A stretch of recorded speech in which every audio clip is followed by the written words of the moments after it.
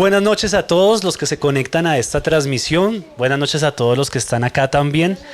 Bienvenidos una vez más a Respuestas Fáciles para Preguntas Difíciles. Y estamos viendo en esta sección el tema del bautismo en el Espíritu Santo. Llevamos ya 2 transmisiones donde hemos hablado de este tema y hemos dicho en las anteriores transmisiones que el tema del bautismo con el Espíritu Santo, o en el Espíritu Santo, es un tema que es un bautismo diferente al bautismo en agua. Y hace 8 días dijimos que el bautismo en el Espíritu Santo parece haber bastante evidencia bíblica. Hace 8 días leímos bastantes versos donde parecía ser así. El bautismo en el Espíritu Santo ocurría en un momento posterior a la conversión de las personas. En el caso de la familia de Cornelio, mientras estaban convirtiendo, ocurrió, o sea, en el mismo instante, un milisegundo después. Pero en otros casos, como la gente de Samaria o la gente de Éfeso, que narra Hechos 8, Hechos capítulo 19, eran personas que ya creían en el Señor, ya eran discípulos, y sin embargo no tenían el bautismo en el Espíritu Santo. También el caso de los discípulos, de los 12 discípulos, junto a los demás que se quedaron en el aposento alto, porque no eran solo los 12 discípulos, habían más creyentes allí.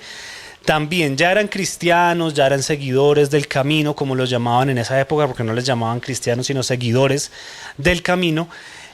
Y aún así tuvieron que esperar que se cumpliera la promesa hecha por Jesús en el capítulo 1 del libro de los Hechos. Y allí estaban esperando, obedientemente, a que viniera el Espíritu Santo, y Hechos 2 cuenta de lo que sucedió aquel día. Lo mismo con el apóstol Pablo, se convierte, dispone su vida para servir al Señor, Hechos capítulo 9, y después tiene que venir otro señor, Ananías, a orar por él, que recuperara la vista y que les fuera lleno del Espíritu Santo. Así que hay bastante evidencia en la Escritura, no solo eso, sino otros textos más donde se evidencia que el bautismo en el Espíritu Santo, o esa llenura del Espíritu Santo, ocurre en un momento posterior. Dije en otra ocasión que hay una serie de creyentes que piensa que no es así. Hay como 2 escuelas de pensamiento que no se han podido como reconciliar en esta manera de pensar. Entonces hay personas muy respetables, de hecho, que leo muchos de sus libros y que me encanta cómo enseñan, como el señor R.C. Sproul o algunos de ellos, que enseñan que no existe un segundo toque del Espíritu Santo o algo así llamado el bautismo del Espíritu Santo, sino que ellos sostienen, esa línea de pensamiento sostiene que el bautismo en el Espíritu Santo es el bautismo único a través del cual una persona que cree ingresa al cuerpo de Cristo. Se basan en textos que ya hemos leído en esta serie, que es Romanos capítulo 6 y Primera de Corintios capítulo 12, donde dice que por un mismo espíritu fuimos bautizados en Cristo Jesús. Y claro, ahí está hablando de la conversión, pero también vimos que el término bautizar, en ese sentido de ingresar al cuerpo de Cristo, se puede usar también en el sentido de que algo posterior pasara, o sea, una cosa no excluye a la otra. Pero para ser justos con ellos, voy a tratar de explicar un poco más desarrollado lo que ellos piensan y por qué dicen solo el bautismo en el Espíritu Santo es el día que se convierte la gente y ya no más, a pesar de que, como dije hace un momento, hay bastantes evidencias bíblicas de que ocurrió acontecimientos de llenura y bautismo del Espíritu Santo posteriores a la conversión. Ellos dicen en Números capítulo 11, por ejemplo, dice que Moisés fue lleno del Espíritu Santo, no solo él, sino un grupo de ancianos grandes, creo que eran 70, y de eso, sí, eran 70 ancianos del pueblo de Israel, fueron llenos porque la presencia de Jehová vino en ese momento y reposó sobre ellos, similar a lo que pasó en Pentecostés, en Hechos capítulo 2. Ahí está en Números 11 para que se lea la historia, está en la casa. Y habían 2 de ellos que se llamaban Eldad y Medad, y empezaron a profetizar en el campamento. Alguien viene con el chisme, porque gente chismosa ha habido siempre en el Antiguo Testamento, en el Nuevo Testamento y en nuestra época también. Y acá en esta iglesia no, eso sí, mucho cuidado. Vino el chismoso y dijo: oiga, señor Moisés, hay gente profetizando. Y pues hasta ese momento quien profetizaba ahí era Moisés, o sucesos como muy esporádicos de algún profeta específico. Pero estos 2 señores que pertenecían a ese grupo de los 70 profetizaron. Y Josué, que era joven, que era ahí como el servidor, la mano derecha de Moisés, se pone enérgico y dice, no, vamos a impedírselo, ¿qué creen estos manes y tal? Y Moisés dice, ¿usted está celoso, Josué? Está celoso porque ellos están profetizando si el Espíritu de Dios fue la presencia de Dios es la que está haciendo que ellos profeticen. Ojalá, dice Moisés, todo el pueblo de Israel profetizara y todo el pueblo de Israel fuera lleno del Espíritu Santo. Entonces, luego viene más adelante el profeta Joel, que es el que cita el apóstol Pedro en el caso del Pentecostés. Y Joel dice, vendrá un tiempo, Joel 2:28, donde dice, vendrá un tiempo en el que derramaré mi espíritu sobre toda carne, y los ancianos tendrán visiones y los jóvenes tendrán sueños, y etcétera, etcétera. Y entonces, como ese texto de Joel es el que cita el apóstol Pedro en el Pentecostés, los amigos que piensan en un único bautismo dicen, ese fue el cumplimiento de ese deseo que Moisés expresó desde el Antiguo Testamento de que todos pudieran profetizar, pudieran recibir el Espíritu, y Joel está diciendo que desde este momento va a ocurrir. ¿Y cómo responden ellos a la pregunta de, pero esos manes ya eran cristianos cuando pasó eso? Entonces dicen, el programa de expansión del Evangelio consistía en que la predicación se conociera en Jerusalén, luego en Judea, en Samaria y luego a los gentiles hasta lo último de la tierra. Y dicen que los casos narrados en los libros de los Hechos sucede justamente en esos espacios. El derramamiento en el Pentecostés, luego en la casa de algunos judíos como Cornelio, luego en Samaria el caso de Felipe y cuando ellos tienen que mandar gente y decir, ¿ustedes ya recibieron el Espíritu Santo? No, entonces venga, les imponemos las manos. Y luego los gentiles que narra en Éfeso, en la ciudad de Éfeso, en Hechos capítulo 19. Entonces dicen, como ese fue el plan de expansión del Evangelio, era necesario que se manifestara de esa manera tan poderosa el mover del Espíritu Santo para que en cada una de esas esferas se pudiera como reconocer como legítima la predicación de ellos. Ese es el punto de vista de ellos y por eso digo, lo nombro para ser justo con quienes piensan así.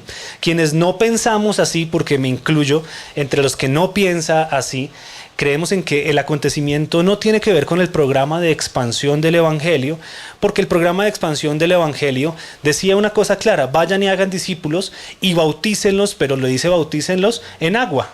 El programa de expansión del Evangelio dictado por el Señor Jesús en Mateo capítulo 28 daba la instrucción, vaya predique en esas 4 esferas, Jerusalén, Judea, Samaria y hasta lo último de la tierra, y después de que se conviertan, bautícenlos y ya, pero bautícenlos en agua. El programa de expansión del Evangelio no incluía la instrucción y bautícenlos en el Espíritu Santo. Otra cosa que dicen quienes que se me olvidó decir que quienes piensan que un solo bautismo existe, es que la promesa de Joel dice que todos van a recibir, no una parte.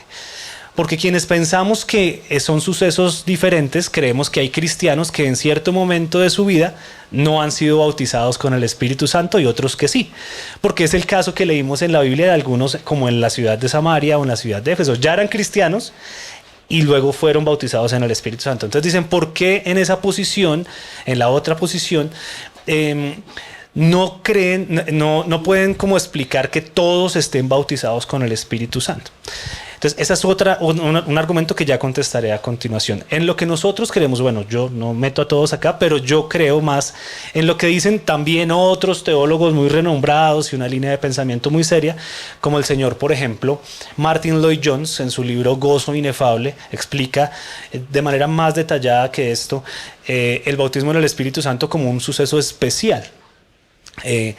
Quienes creemos en este punto de vista, creemos que sí hay un acontecimiento, pero como dije hace 8 días, ese acontecimiento no tiene que ver con el bautismo a través del cual somos ingresados a la iglesia. ¿Sí me hago entender? El Espíritu Santo es necesario para que nos volvamos creyentes, o si no, no lo seríamos. Eso lo he repetido en cada una de las charlas que he dado de este tema. Ese Espíritu Santo es suficiente en la vida del creyente para que lleve una vida piadosa, una vida de santificación, etcétera, etcétera. Pero ocurren momentos específicos en los que el Espíritu Santo toca la vida de los cristianos. Y voy a decir, para terminar el día de hoy, 2 cosas. Primero, ¿qué hacer para obtener el bautismo en el Espíritu Santo? Y segundo, ¿por qué algunos no lo reciben? Porque ese es el argumento que quienes dicen, ¿por qué no todos lo están recibiendo? Bueno, la Escritura también habla de que podemos resistir al Espíritu, de que nuestros puntos de vista también pueden hacer que en determinado momento de la vida del creyente simplemente queramos razonar demasiado las cosas y empecemos a resistir lo que la Biblia da como un regalo, en este caso el Espíritu Santo. Pero eso también pasa con otros regalos, con el regalo de la gracia, por ejemplo.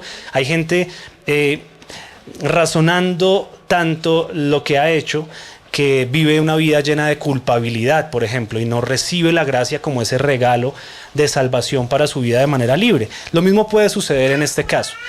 ¿Y qué hay que hacer entonces para recibir el Espíritu Santo en el bautismo? Lo que vemos en común en todos los sucesos en los que leemos que vino el bautismo del Espíritu Santo es que ellos estaban obedeciendo.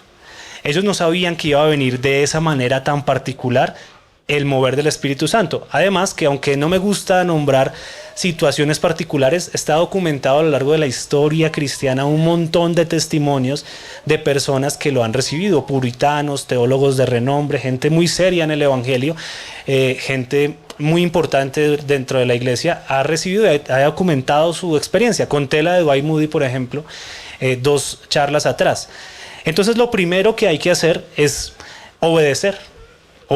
Si un cristiano se encuentra obedeciendo, es un cristiano propenso a que el Espíritu Santo venga sobre su vida de una manera que es como un regalo. El bautismo en el Espíritu Santo no es, y creo que esa es la razón por la cual muchos se oponen al bautismo en el Espíritu Santo, y es, no significa orar en lenguas necesariamente, aunque en algunos momentos en que la llenura del Espíritu Santo vino sobre cristianos, ellos hablaron en lenguas. Dicho sea de paso, no hablaron en un idioma raro, sino que hablaron idiomas que la gente conocía, griego, árabe, etcétera, etcétera.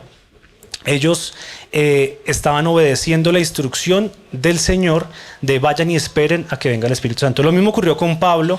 Él estaba esperando en la casa donde el Señor le dijo que esperara, y así sucesivamente. La obediencia es vital para que, es como que casi se cae de su propio peso. Un cristiano que no obedece, pues es como difícil que el Espíritu Santo venga y le regale eso tan bonito que es la experiencia del Espíritu Santo.